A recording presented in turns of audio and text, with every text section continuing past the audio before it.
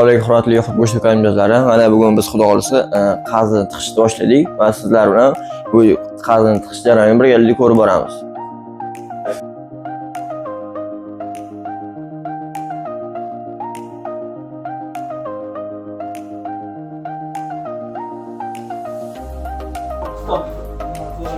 Hurmatli mijozlar, go'shtlarimizni ajratib olib, taroziga tortib oldik.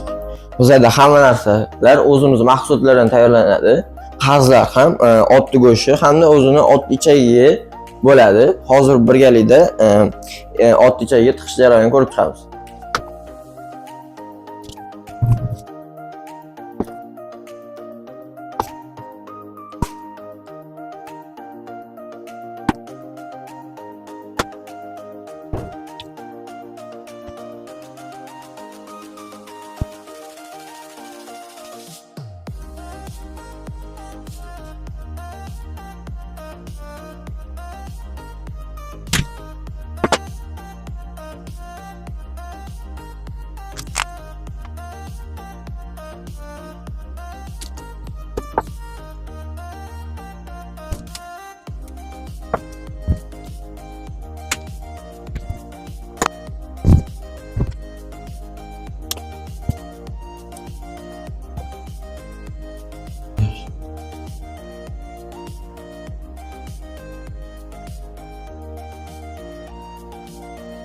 Hozirgi kunda ko'pchilik odamlar immunitet tushib, kasallar ko'payib ketgan. Bunga asosiy sabablardan biri tabiiylik yo'qolib ketgan, hamma dori-darmonga o'tib olgan. 500-600 ming so'mga dori olgandan ko'ra 170 ming so'mga tabiiy, sifatli ot go'shti bo'lgan qazlar olganingiz yaxshi.